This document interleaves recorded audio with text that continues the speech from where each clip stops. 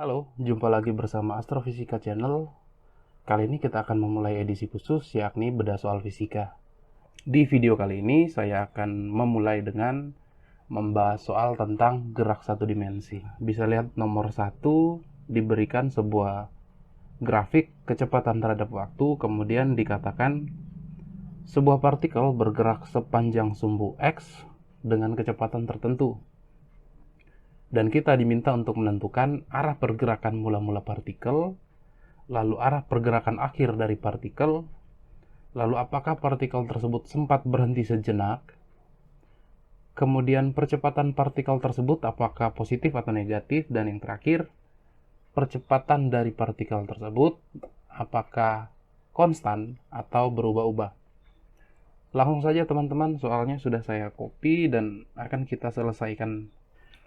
Teman-teman perhatikan, saya tandai hal yang penting di sini, yakni kecepatan. Sebagaimana yang teman-teman ketahui, kecepatan termasuk dalam besaran vektor. Dan karena itu, selain memiliki nilai, kecepatan juga memiliki arah. Oke, langsung saja kita ke soal nomor A tentang arah pergerakan mula-mula dari partikel.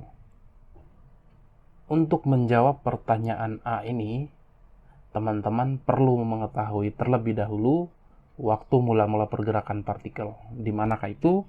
Tentu saja pada T sama dengan 0. Maka kita dapatkan di titik ini yang saya tandai adalah kecepatan mula-mula dari si partikel, yakni kecepatan pada saat T sama dengan 0. Teman-teman perhatikan, jika arah ke atas ini adalah positif, maka tentu arah ke bawah ini kita katakan negatif V. Dengan demikian kita dapatkan mula-mula partikel bergerak dengan kecepatan negatif, teman-teman. Apa arti kecepatan negatif? Saya gambarkan pada sebuah sumbu X. Kecepatan negatif artinya partikel sedang bergerak menuju ke sumbu X negatif.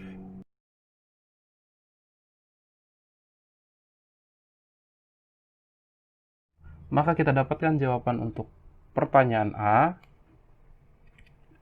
Mula-mula partikel bergerak menuju sumbu X negatif. Sekarang ke pertanyaan B. Kemanakah arah pergerakan akhir dari partikel? Kita lihat, ini adalah T akhir. Saya tulis T final. Dan kalau kita tarik dari titik tersebut menuju ke sumbu V, maka kita dapatkan pada T final, partikel bergerak dengan kecepatan positif. Apa artinya kecepatan positif? Saya gambarkan lagi. Ini adalah partikel yang sama pada T final, partikel bergerak menuju sumbu X positif. Maka kita dapatkan jawaban untuk pertanyaan B, yakni menuju X positif, teman-teman. Oke, selanjutnya untuk pertanyaan C, apakah partikel sempat berhenti sejenak? Apa indikasi sebuah benda dikatakan berhenti? Tentu saja sebuah benda dikatakan berhenti jika kecepatannya 0. Maka kita cari pada grafik tersebut, apakah sempat memotong sumbu V sama dengan 0? Di manakah titik V sama dengan 0? Tentu saja di sini, teman-teman, di tempat yang sama. Saya pakai warna lain. Di titik perpotongan ini, selain T sama dengan 0, juga V sama dengan 0. Jadi kita tahu bahwa partikel sempat berhenti tepat di titik ini. Jadi untuk jawaban nomor C, apakah sempat berhenti? Tentu saja partikel sempat berhenti.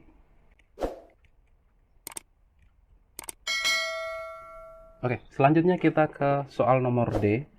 Apakah percepatan partikel tersebut positif atau negatif? Soal nomor D bisa kita selesaikan menggunakan persamaan dasar gerak lurus berubah beraturan, ataupun bisa kita langsung lihat dari grafik. pada daerah yang saya tandai berwarna biru ini, bagaimana dengan besar kecepatan partikel? Apakah semakin besar atau malah semakin kecil? Jawabannya tentu saja semakin kecil, teman-teman. Nah, apa yang membuat kecepatan partikel tersebut semakin kecil? Tentu saja karena ada percepatan yang berlawanan arah dengan kecepatan pada saat itu. Jadi di daerah biru ini saya tuliskan V negatif, sementara A positif. Artinya apa? Artinya kecepatan partikel menuju ke sumbu X negatif, sementara percepatan partikel menuju ke sumbu X positif. Jadi kita sudah dapatkan setengah jawaban untuk soal nomor D.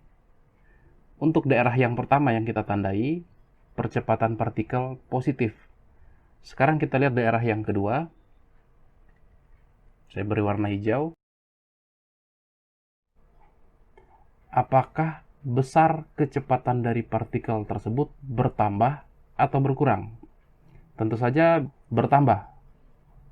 Pertanyaan lanjutan, mengapa bertambah? Atau apa yang menyebabkan kecepatan partikel pada daerah tersebut bertambah? Karena faktor percepatan. Jadi pada daerah yang hijau ini saya tulis V positif dan A positif. Karena kecepatan dan percepatan searah, maka kecepatan dari partikel tersebut meningkat. Jadi kita dapatkan jawaban untuk soal nomor D, A selalu positif. Ini cara yang pertama, teman-teman. Cara yang kedua, kita bisa gunakan persamaan dasar gerak lurus berubah beraturan. VT sama dengan V0 plus AT. Teman-teman lihat, jika kecepatan akhir lebih besar dari kecepatan awal, artinya percepatan benda, dalam hal ini partikel, positif. Kita lanjut ke soal nomor E. Apakah percepatan partikel tersebut konstan atau berubah-ubah? Secara sederhana, kita bisa lihat dari grafik. Grafik ini membentuk garis lurus dengan kemiringan tertentu, dan kemiringan tersebut adalah besar dari percepatan partikel. Jadi apakah percepatan partikel besarnya berubah-ubah atau tetap? Jawabannya tentu saja tetap.